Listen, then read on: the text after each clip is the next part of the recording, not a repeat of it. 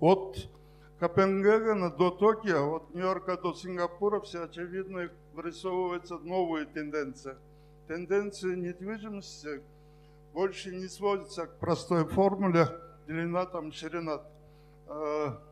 Сейчас определяется наличием света, воздуха, тишины, комплексного удобства, чувства общности, главное те эмоции, которые жители переживают каждый день.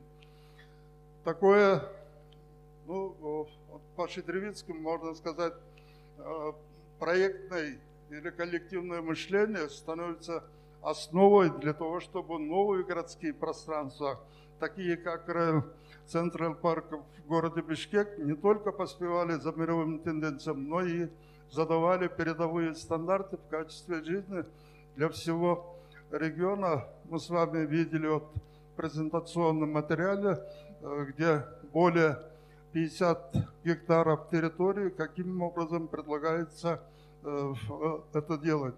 В нынешних условиях, с одной стороны, как бы уровень развития технологий очень высокое, а в то же время наличие местных строительных материалов, которые в Кыргызстане имеются, это не во всех странах мира. Поэтому мы, как бы, проектируя новый жилой район, комплексный вот такой район, должны учесть, что наличие вот строительных материалов нам дает возможность создать природную человеку нужную среду для дальнейшего его проживания.